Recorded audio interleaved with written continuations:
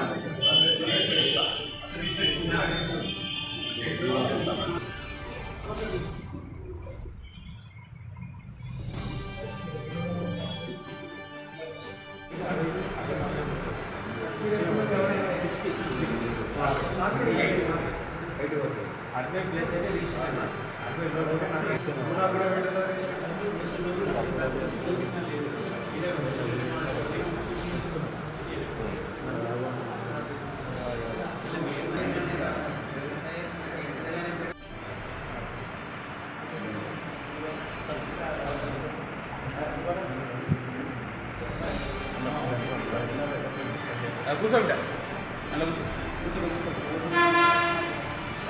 కూర్చో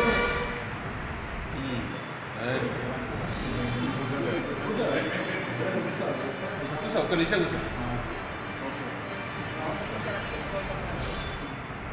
ఓకే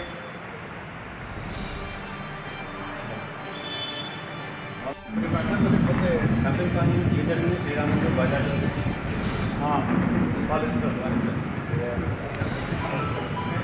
అయితే ఏమని మంచి బట్టిగా మనం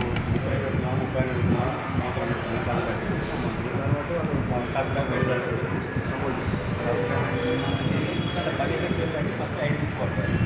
సార్ వచ్చి 1,60,000 బండి అని కూడా ఇవ్వచ్చు. కంపెనీ మీరు వచ్చి 1,60,000 బడ్డీ అని కూడా ఇవ్వచ్చు. ఫస్ట్ ఏంటంటే 15,000 కట్టాలి.